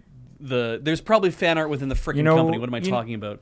Yeah, if it helps, it's SOPHY, not IE. For your Yeah. fan fiction that you're gonna write. Maybe you Paul know. wants to make sure you get that correct. Yeah. I think Beej and I are on the same wavelength of just being like, let's do dates. And Paul's like, oh, you weirdos. I'm just like, maybe we don't have to sexualize the AI. I Yeah. didn't say sexualize. I said go on a date. Yeah, Right. romanticize. Yeah. I think the tan thing is what I'm talking about. Oh yeah. I just want, like, for everybody who wants this AI to step on them Or drive over them. or I drive guess. over them, I guess. Back up over them. Anyway, Bottom out. Let's move on. let's move on. And let's move on to something completely different. Horror games. Great. If you think I can't make that romantic, I can prove you wrong. Blumhouse. The film production company, they did The Purge and Such Get Out, classics of cinema, yes. Insidious. They've sort of specialized in kind of a low budget, high return kind of thing, and kind of in a lot of ways, I think they've been credited for sort of revitalizing the horror movie genre and kind of a Okay. not indie horror, but like whatever is one step up from indie horror, sort of getting the most bang for your buck horror. Right. Yeah. I guess you would call it. B-movie tier, Yeah. maybe? Uh, B-movies aren't necessarily indie. But anyway, Not necessarily, no. That's true. they're they are opening up a Please don't development studio. say, thank Christ. We're going to say theme park, and I was going to be like, oh, no. Blumhouse Games. It'll work with independent developers to create original horror themed games for console, PC, and mobile. So again, they've said they're going for the sort of low indie budget, which they describe as below $10 million, Yeah, which I believe it. is that's what qualifies as an indie budget in this day and age. I mean, sure. I actually have no idea. So. You know what? Any sort of criteria at this point really helps to kind Well, of I mean, make a lot the of delineation. indies get backing from publishers that Yeah. have the money to support, and that could be a thing. I have no idea. Yeah. I mean, I'm pretty sure that Maddie Makes Games did it for less than $10 million. Like They're Celeste and what are they? Tower Falls. Yeah. OK games now? Is that what they are now? Okay. But they think want so. the, they're not hitting the, whatever, Yeah. $150,000 games, No. the Halos and whatever. But they're in that kind of, A comfortable mid-tier. yeah, Yeah. the premium. Anyway, so they are, and of course they've got, with the various properties they've worked with, they have a fair amount of IP that they could turn into interesting things too. Oh yeah, I guess that's fair. I mean, and that's not a bad way to go either, because like as has been demonstrated, gaming has a much wider potential bucket of money flowing into it. Right, it makes gaming overall makes more money in a year than movie production does. I mean, PUBG and Fortnite are basically the Purge. Yes. Yeah. so for them to turn around and say, oh, based on the hit movie, I mean, movie tie-ins have always been like, they've been a little, I don't think anyone's going to play a game based on Get Out. Probably not. Probably not. But the theme in Get Out might inspire, like social deduction or like And those kind of things. and the as idea well. of sort of knowing, and the idea of like making as Ben and Adam have learned over the years, making a horror game can be more difficult than people think it is. It's true. It is a really And they have some expertise, at least in the movie area. It's Yeah. a thin because a movie you can dictate pacing and like what people do and Right, and, right. and Of course, it everything, is a whereas different medium. A game is harder because it's like if you give people all the guns and all the power, then it becomes more of an action game at that point, right? Right. Like part of part of the horror in a horror game is that you might run out of ammo, or can you take down that monster, or you have to hide. Yeah. It is that powerlessness that really attributes to that genre, and that can be harder to pull off in a game. They have tapped a few experienced game industry pros for this. Zach Wood, who worked for Arcane and Iron Galaxy and Sony Santa Monica. So lots of good experience there. And their CFO did a bunch of operations and stuff for PlayStation Publishing. So, I mean, they've got some stuff. Obviously, it's going to be a while before anything actually comes out of it again. Mm-hmm. But on the other hand, as this article says, as a film production company, Blumhouse is known for kind of churning things out pretty quick. So who knows? Maybe they'll come up with something pretty quick. I mean, we know that game development tends to be different than movie development, because at least in movie development, you can be like, I know what I want to see, and I know I can ask people to do that, to like get the camera set up and to set the whatevers, and we can fix things in post. But it's like game development is like, I know what I want to make, and it's like, yes, well, but no, like I have to first create the universe. If I'm going to make a game, I have to first create the universe. So yeah, I mean, there's little ways more to difficult. bypass some stuff too, right? Like if you already have an engine that you're familiar with that you're using, that kind of thing. Yeah, can speed stuff up a lot. Weird tangent. Okay. What of Trauma Films? What about Trauma? Did they make Toxic Crusader? Yeah. Toxic Avenger. Toxic Avenger? Sorry. Yeah. I don't know why Toxic Crusader occurs to me. Maybe they called it that in the UK. Who knows? Because that got a cartoon and it got a video game like back in the day. And like just thinking about they definitely don't have their own game development studio. Yeah, but I'm like, just thinking about that, where it's like, I wonder if there's somebody out there who's like, man, there's a room for like Schlockfest Games to ally with them and be like, we want to set up a gaming studio, but we want to exclusively develop your content into just the schlockiest games to play. That seems like a very Devolver Digital kind of thing to do. I was going to say, I feel like there already are a few... I wonder if that's Toxic Crusaders was the cartoon. There we go. Okay. Yeah. I wonder if that's harder to do. Yeah, To maybe. make a... Well, because I see people who are like, there's like a game that'll be like, I can't remember the name of it. Swery did it. Where it's like, oh, it doesn't run super well and it doesn't do whatever, but that's like part of its charm, and if they polished it, it would do whatever. Yeah. And I always think of that kind of game in kind of more of like the schlocky sense of things, but I don't know if you can actually do that kind of thing almost like Deadly on Premonition. purpose. Yeah, Deadly Premonition. Yeah, thank you. Thank you. Yeah, I think you can... But I don't know if you can like hit that point completely on purpose. There is definitely like a game. A game has a certain minimum level of like functionality it has to have, or else it's just like not fun to play. There's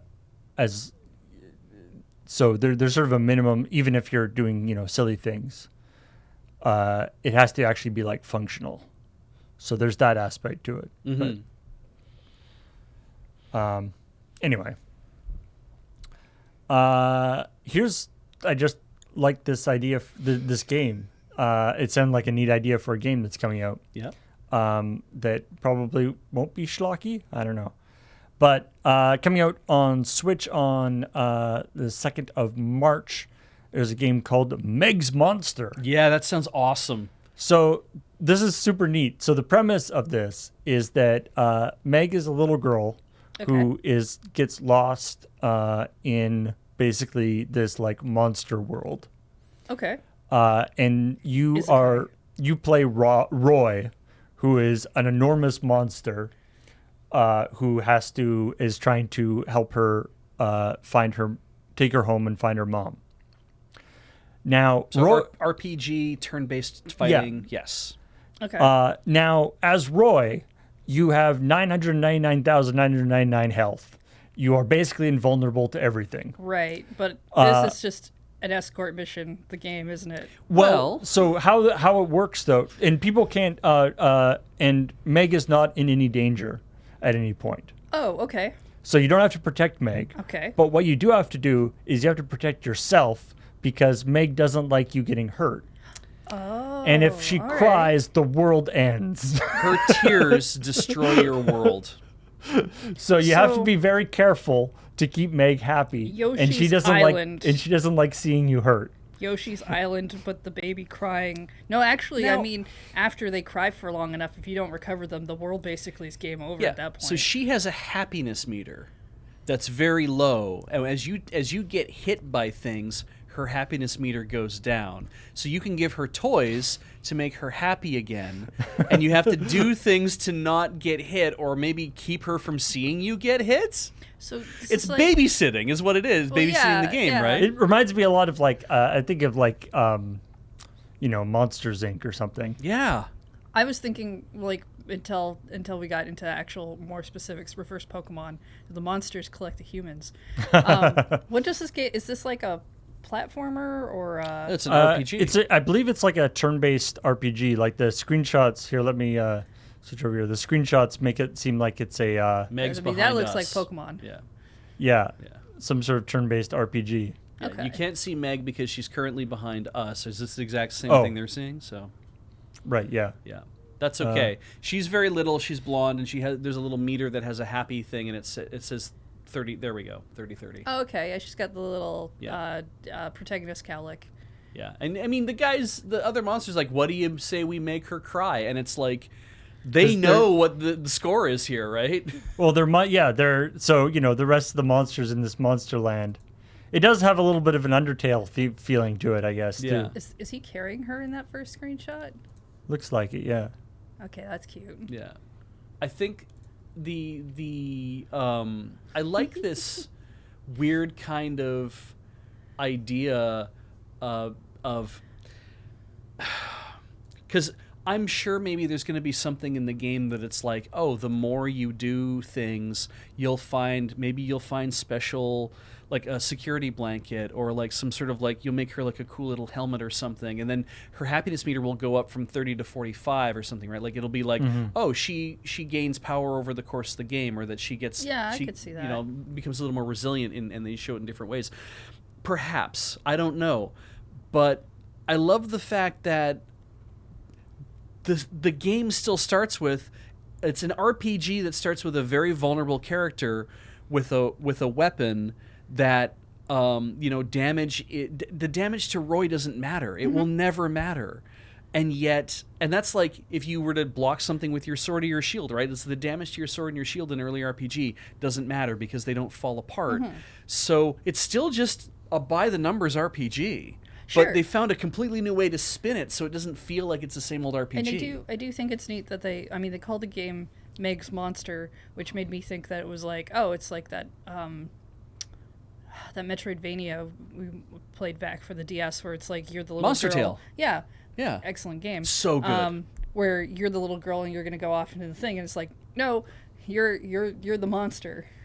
Yeah. But Meg is probably still the protagonist. Yes. Yeah. And she's the most important part of the game, and people are saying, oh, it's like an escort mission. It's like, yes, but also no, because really, if she's the focus, it's like anything else. Like if she doesn't evolve or change during the game, then I don't know if that actually has any sort of developing elements. It actually just then. makes me think of a lot of anime, because there's tons of anime where it's like there's the adult like figure or the golem or who ends up with Yeah. a small child, and now they have to take care of this child. Yeah, it does And feel like that a very child anime is premise. like never actually really in that much danger, and Yeah. and you're never really in that much danger, but you're afraid of making them cry, or like if they get hungry and you don't know what to do. You're thinking of Somali and the Forest Golem, aren't you? I mean, I do like that one it the was, best. it was out of really them. good. Yeah, it was really cute. Or like that those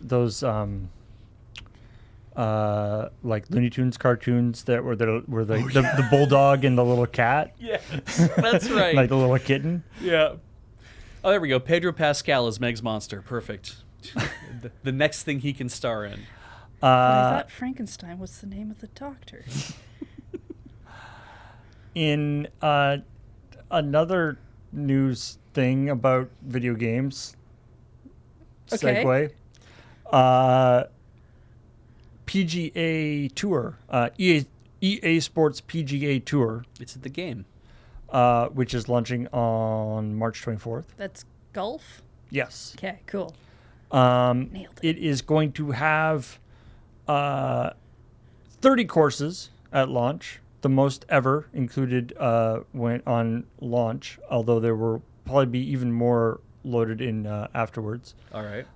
It is also going to have the most accurate portrayals of these various courses So that have previously grass. they've gone in and Sand. they shut down the course for like 10 days and went in and like scanned stuff. like with like lidar. Yeah, well, the Or like they- a handheld they- scanner from the 1980s. Like.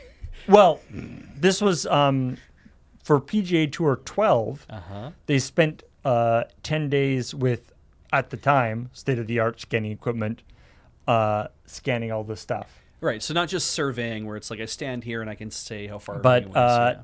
now they are able to, without even shutting down the course, using drones and aircraft and LiDAR. Okay.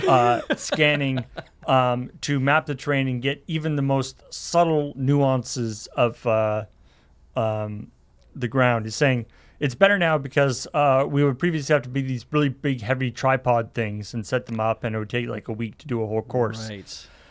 We can but now we can have everything we need in like 30 minutes.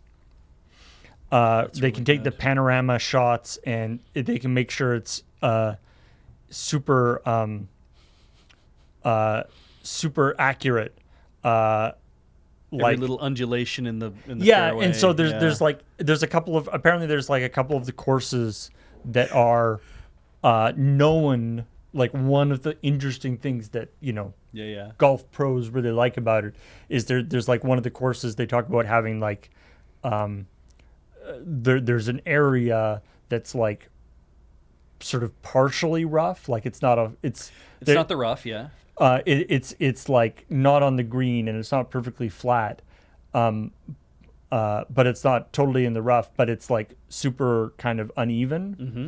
And so, if your ball hits that or when you go off that, it can really, there's all sorts of different ways your ball can go out of that, Right. depending on what little thing. And so more unpredictable. they've got the exact contours of that bit now, right? I have two things. One, if you had ended up saying that, so they got all these great scans by military satellites. They've actually managed to get down to like 10-centimeter resolution. They So wouldn't I'm like, be able to tell us that, I think. so I'm like, so what you've actually done, or what they've actually done, is through the use of like drones and lidar, they actually have probably a higher resolution than what a military satellite could get. Yeah, I'm I mean, sure. much higher. Yeah. But then also, Usually military satellites are not concerned about the actual, yeah, how good you can putt on the surface. and the overall topography, exactly. But that makes me wonder. The second half is like, literally by letting them in to do this, EA Sports now has the most accurate representations of a professional golf course, to maybe a resolution that the people who own and maintain the golf course actually were unaware of. Little. Like you said, the whole part about the super uneven part of a golf course that a lot of people know about. Well, if there's parts of a golf course that no one has ever really ended up in, then nobody might have really ever paid that much attention to them or been like, we have to do something. Who's to say there isn't like a little whoomp like that early on in the course where it's like nobody ever drives 30 yards and ends up in this little whoomp, but maybe we should fix that. And I mean, I remember a couple of years ago when there's the fire at the Notre Dame Cathedral. Yeah. Or Notre Dame. Yeah, Notre Dame. I guess Notre Dame is the football team. Anyway, when there was the fire at the cathedral, Ubisoft came in with their incredibly high resolution scans of the cathedral they had taken for Assassin's Creed. Yeah. And were able to provide that to the people who are restoring it. Yeah. Because there was all sorts of, nuances that, and I can imagine like if somebody like goes to one of these, some guy with like a big monster truck goes to this course, does like donuts in the middle and then drives off. they can they'll be able to they could theoretically take this and make And sure that they rebuild it. put the course exactly back the way it was. Because I know there's also things within. It's like kind of with ski hills, but I think there's also a thing with golf courses where it's like after a certain amount of time, the groundskeepers will say it's time to change things up a bit. It's time to like we're gonna move that bunker, or we're gonna make the course move a little bit. We're gonna move the green a bit. We're gonna move the hole on the green a bit. Like that kind of idea. So. But still knowing the topography of the entire land to be like, what could we do? Well, you could move this and do this and these things. You'd be able to really test that out ahead of time. Yeah, I think golf games are really interesting because when you look at them, we have like this one where it's going for incredible realism, right? Yeah. And then we have like Mario Golf, Yeah. which is like much more cartoony, and you've got like power Stars shots in the and air. weird things and fireworks that go off, and Yeah. we can turn your golf ball into Yoshi eggs. But then we have like RPGs like Golf Story, Yep. and then like that there's like a Metroidvania style thing like in 2D whatever's, and I'm just like I feel golf it's like games are it's like the weird. Gran Turismo versus Mario Kart kind of thing, right? Yeah. Like the simulation versus the Well, and, Like- and there are other sports games that kind of do what Mario Golf does in that sense with a sport. But like, if you go look at what golf games are like right now, there are also literally like, oh, well, we're going to go through essentially a Metroidvania level. You have to golf your way through it because that's all you can do. Or there's like one where it's like, oh, well, everyone's actually moved to the moon, and if you're really rich, you can go golf on Earth. And we're in a post-apocalyptic world all of a sudden for some was it reason. Golf something wasteland. Something like that. There's Golf Club also like Wasteland? Curse to Golf, which I think is more a of real life golf platformer course one. that like reconfigures itself Metroidvania style Oh well. between matches. Paul, there's an anime called Birdie Wing, and there is a series of episodes where somebody has built a gigantic golf course simulator underground, where slices of the golf course get rolled in and out Yeah. and reconfigure themselves on the run. To be honest, I am a surprised. real life golf course. Yeah. You just So- explained an anime. Yeah, but I'm just saying. Anime is not real life. This might be how they'd have to do it. They'd have to do it like this, and it's I crazy. am surprised that anime has not made like a golf video game Yeah. based on it yet. Yeah. Right? Yeah, giant mech golf. Like it feels like for some reason golf is very like we could make that into any genre of video game. Yeah. And yet, in the end, it will still use the same mechanic of I hitting a ball by watching a meter go up. I Yeah. feel like maybe people playing golf have a lot of downtime and to think about like what else they could be doing during this it's like while they're waiting for other people to take their turn. Yeah. There's a whole like there's got to be different ways to interact with a golf game.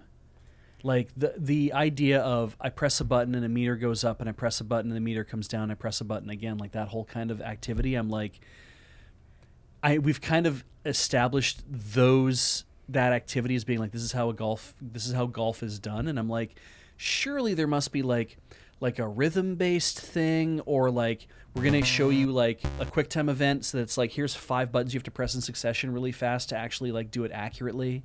Like there I must don't be know if other I've ways to seen a address it. rhythm-based I don't know. golf game yet. Just tap in an R really fast to get the All right. meter all the way up. Is that the one genre that has not been a golf game yet? I don't know. Maybe it needs to I be. mean, I've seen a lot of golf games. I just because people talk about them quite a bit. Like Yeah, it seems 500 like foot it's robot very golf. yeah. Yeah. Well, there's some really interesting things that they've done in terms of like everybody's golf is basically like there's golf, but you can run around the opening area in a golf cart, and then there's fishing somehow, and then there's like of course there's fishing. there's like well, I mean, yes, there's fishing in every video game that's a good video game, and then there's like look at you, Breath of the Wild. Do you fish for and golf then there's balls? like a person you run into who does golf quizzes, and then of course there's the shop where you gotta like definitely have the dressing up component because of course you do, and then you have to battle It's a lot other of- people to steal their clothes. It's a lot of golf fashion. You do. If you beat those people, Yeah. they give you a copy of their clothes, but That's it's much good. more fun to say that you're stealing their clothes. I stole your clothing. That's why a lot of golf courses are private. Yeah. Because if you lose the golf game, you have to strip down and give your clothes to the other guy. You can't I have hope just Tears of the anybody Kingdom walking has in there. proper fishing in it. Last story. have here is one that talked a little bit about in the post checkpoint. Yeah. And this actually has been updated a little bit since we talked in that post. So this is Microsoft has signed a thing with Nintendo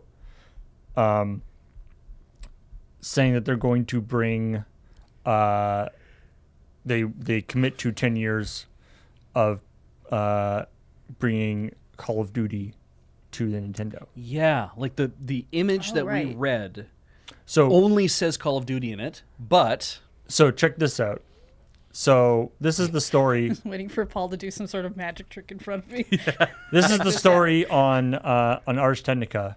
So this was the Brad Smith from Microsoft says we have now signed a 10-year contract to bring Xbox games to Nintendo gamers. This is just part of our commitment to bring Xbox games and Activision titles like Call of Duty to more players and more platforms. And then the picture only mentioned Call of Duty. The tweet I saw only mentioned Call of Duty. yeah, it's weird, right? Well, the picture in the tweet only mentions Call of Duty. So let's get more information.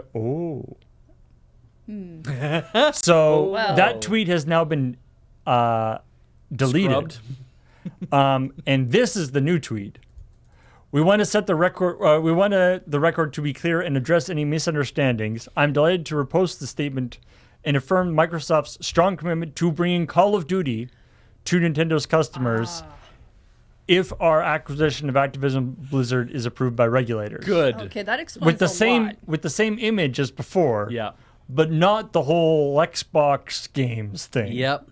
I mean that because taking what they said there initially, where it's like bring Xbox games to Nintendo gamers or to the Nintendo platforms.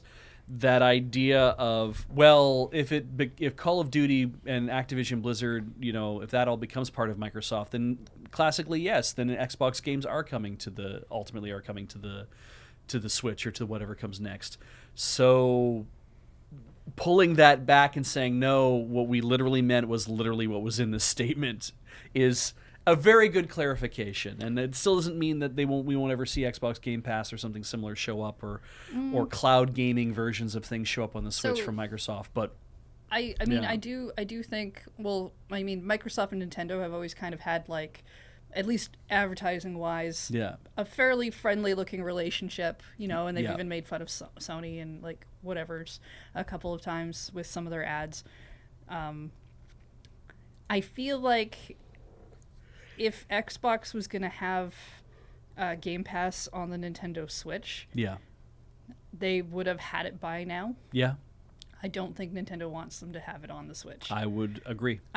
Doesn't mean that they won't ever get it on there. I mean, maybe they have figured out Yeah, something. I would guess it's Nintendo's.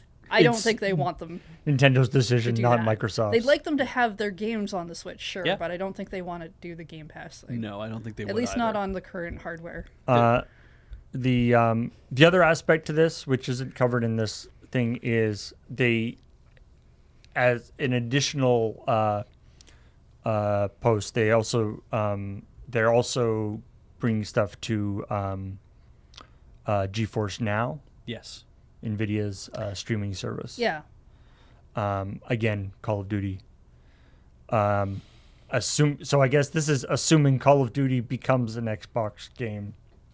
Then they'll be able to do that. We can read. If it doesn't, then we can read into a lot of this too. Like go super deep and do all sorts of shitty speculation because they're saying same day as Xbox. Here's the 6 words that are going to kill everybody with full feature and content parity. Because there's always been a thing that whenever a game franchise comes to a Nintendo platform, there's always we'll give them cartoon heads and we'll take most of the features away because we can't bring them to the Nintendo. EA has done that a lot. Yes. People in the comments are like, yeah, but running at 10 frames per second, right?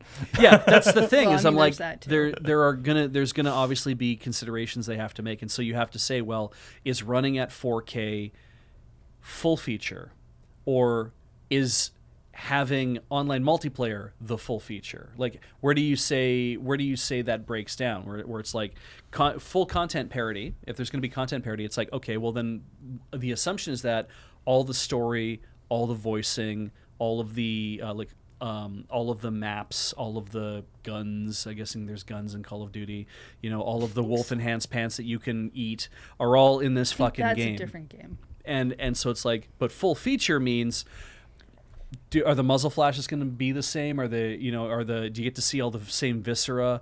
Like, it's like, by features, do you just mean graphics and sound parity, or do you actually mean, do you mean other parts of features? Like, I mean, yeah, and obviously there's a certain amount of stuff that is just not possible on the Switch. Yeah. And if it means Nintendo platforms in the future, does that mean Xbox knows something that has the Xbox government just told us everything about what the new Switch is going to do? I mean, I can only take this from what I know of how like clothing works. But when you say, hey, we have a hoodie, you literally do say things like it features a zipper. Yeah. Even though it is called a zip-up hoodie. Yeah.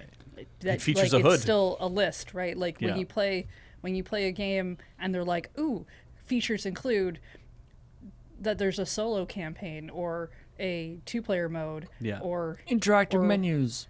Those things. Those are technically features. They don't necessarily list interactive menus on the box because that would be silly. I think how they in terms of selling. Yeah, I think how they do this is they render at 1080 and they do it through cloud gaming. I think that's how they're going to do it. On current hardware, yeah. Yeah, I think even on whatever the new hardware is, they might just aim for that as well. It's just to be like, you know what, we're going to bring it to Nintendo platforms as a cloud gaming thing because both us and Nintendo consider cloud gaming to be it respects this statement. Okay, Xbox gets to put Game Pass on the Nintendo Switch, and that's why the redacted is actually that Nintendo Switch service actually works on the Xbox. Yes. Ooh. They're doing a swap. Yeah. Shout out. I thought about that. Yeah. In the comments, in the replies to that tweet, shout out to Jason Dill. I don't know who that is, but shout out to you anyway. But shout out to you for saying what we all really are thinking. If you really cared about gamers, you would bring the Burger King trilogy to Game Pass. I did see somebody say that in our own chat too. I don't think they're the same person. So the fact that we've got like two people thinking that, yeah. Yeah. Also, considering this guy in his bio, it says married, father, Sneak King, Long John Silver's Xbox Gamer Score collector. Apparently, enjoying the Burger King games is an important part of this person's. It's part of their whole personality. Self-image. Well, that's cool. I don't want to say it's part of their personality when I don't know them. If I meet them in real life and it turns out they're wearing a crown and a cloak, then maybe I'm gonna run away. But I think you wouldn't meet them in real life because they're really good at sneaking. I have agents everywhere, Paul. No one can sneak up on me. They'll be sneaking. Anyway, I continue to be highly amused by the fact that the Microsoft Xbox or the Activision Blizzard Microsoft merger is only about Call of Duty.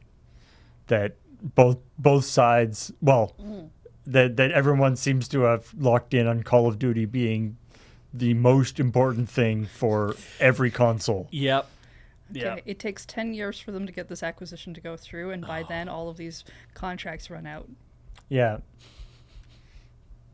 Or I mean, maybe, there might be a stipulation after we acquire then for the next 10 years, but I still think... Or in the or even, like, what happens if, say, not even 10 years, but say the acquisition process goes on for another year. Yeah. Long enough for another Call of Duty to come out. Yes. And it sucks. Yes. Like, it really tanks. Okay. Yeah, I'm with you here. Okay. And not just like, Like it has tanks? we who, those of us who don't really play Call of Duty anyway aren't interested in it. Yes. But like people who are big fans of Call of Duty are like, this is the worst Call of Duty they've ever released. And not they and, clearly phoned okay. this one yeah, in. and tanks the whole Call of Duty franchise. Yeah, not in the way that all Call of Duty fans always say every new Call of Duty game sucks until they play it a lot and realize it's actually something they really enjoy. We're actually talking, though, it actually sucks. And people are like, I actually don't think I want to play this anymore. And then Nintendo was like, you know what? You guys can keep it. Yeah, we don't really exactly. care anymore. It does make me wonder, or in this intervening time, if I'm going to say second-party studio for Sony or one of Xbox's many studios that they own actually manages to make a Call of Duty competitor or Call of Duty killer, like something that actually is more fun and more interesting and becomes more popular than. I mean, there's Battlefield. Don't they and have their own shooty shoots? There are a lot of different shooty shoots, right? But none of them have actually, like Battlefield was quite popular, but it's like none of them have seemed to kind of like captured that imagination. And if nobody's out there making that, and also Call of Duty has like changed studios multiple times, I think too. Yeah, so it's like it's an enduring brand, which is why people will continue to buy it. But that doesn't necessarily mean that something else couldn't come along and be like, this is actually more appealing. Yeah, the problem I have with for one thing, if you set out to try to be the killer app that kills whatever you're trying to kill, generally you end up never doing it. Absolutely. Are you trying to be the thing that sells more than the current thing, or are you trying to say that you're trying to like kill off the brand in the subconsciousness of the universe, because that kind of takes a longer period of time? If it's the idea more that it's like, man, I have way more fun playing World of Warcraft than I do playing EverQuest. So maybe I'll just keep playing World of Warcraft and drop EverQuest. Yeah, I mean, it's like, it's Call of Duty is a big, huge franchise, but yeah, nobody's invincible. everything has its time, and then it's over. Like Final Fantasy XIV is incredibly popular. Yes.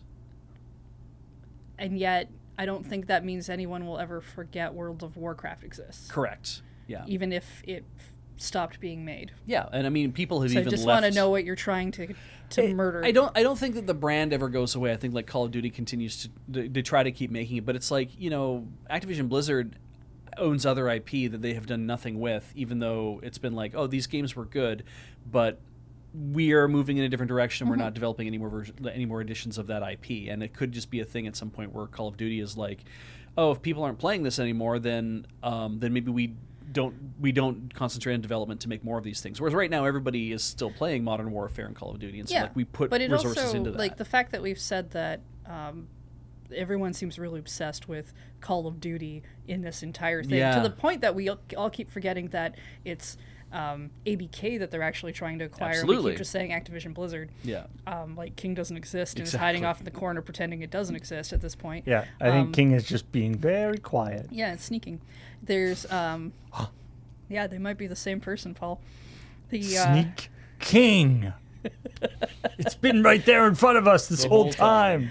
But clearly Call of Duty has an impact as a brand that even if you don't play, you know about it. Yeah. Right. So it is definitely a thing has of, like, the mind share.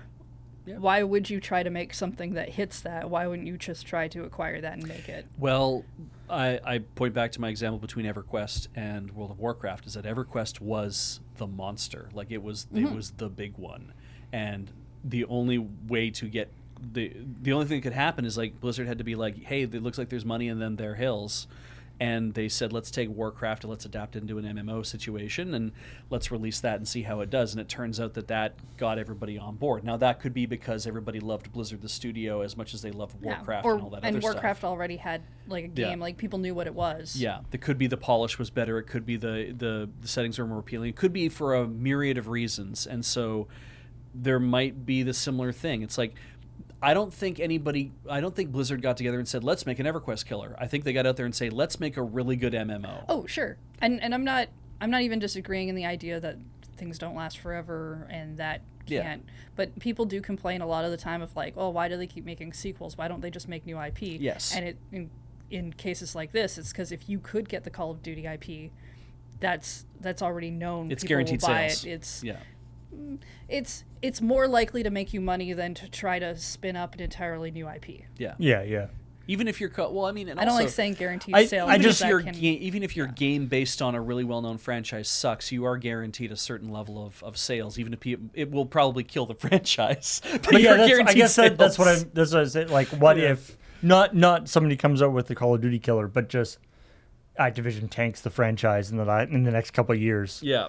Unintentionally. Exactly. You know, they've come up like not a game that's not only like bad from a gameplay perspective, but is actually like technically buggy and like people can't, you know, the matchmaking doesn't work. People can't join games. They continually get cut, like to the point where people just like are not playing it because it's not functional. Yeah. I don't know why that would happen, but it would be funny. Oh. Yeah. I think you'd need like a lot of Call of Duty to be bad. Yeah. Like, it would take a while. You'd have to erode customer trust super hard consistently for several years before that brand recognition would be soured. Or there could be other games that come to the market that are so compelling, and they don't even have to be first person shooters, right? But other games that come to the market that are so compelling that they occupy that space. Like what if Fortnite has momentum, right? Still, like it's been out for a while and it has momentum. So what if Fortnite just becomes the thing that, if so many kids are playing it, and those kids are year by year, they're getting older, and they get to a point where that's just what they want to keep playing forever and ever, and they're not interested in playing Call of Duty because I want to play this. That's a possibility. I mean, I think the only way you could really nuke something very quickly is if Muskrat buys it at this point. Yeah. You definitely change how people want to interact with it. It's true. Because the perception of one really bad thing, I think, can kill off all of the good things. That's true. Yeah, eagerly awaiting Twitter Game Studios. Anyway, let's leave it there for today. Thank you to everybody who joined us for this. If you haven't watched it already, you should check out the episode of ChillPoint that went up this week. Over on LRRVG or youtube.com/LRRVG, our video game channel. Or if you're watching this on YouTube, it's probably right near this video. Could be. Unless you're watching it through a recommended thing. That's true. But go check out the channel. Then you should go check out the channel. And tell your friends, too, because a lot of people don't know ChillPoint moved to a different channel, and we're going to have to be very clear about that. I still sometimes find people who don't know that we moved to a Magic channel. Yeah. And I don't know how to fix that. If your friends don't know that we are on a different channel, then you should tell them. Yep. And but thank you everybody for watching, and we will talk to all y'all later. Bye. Bye.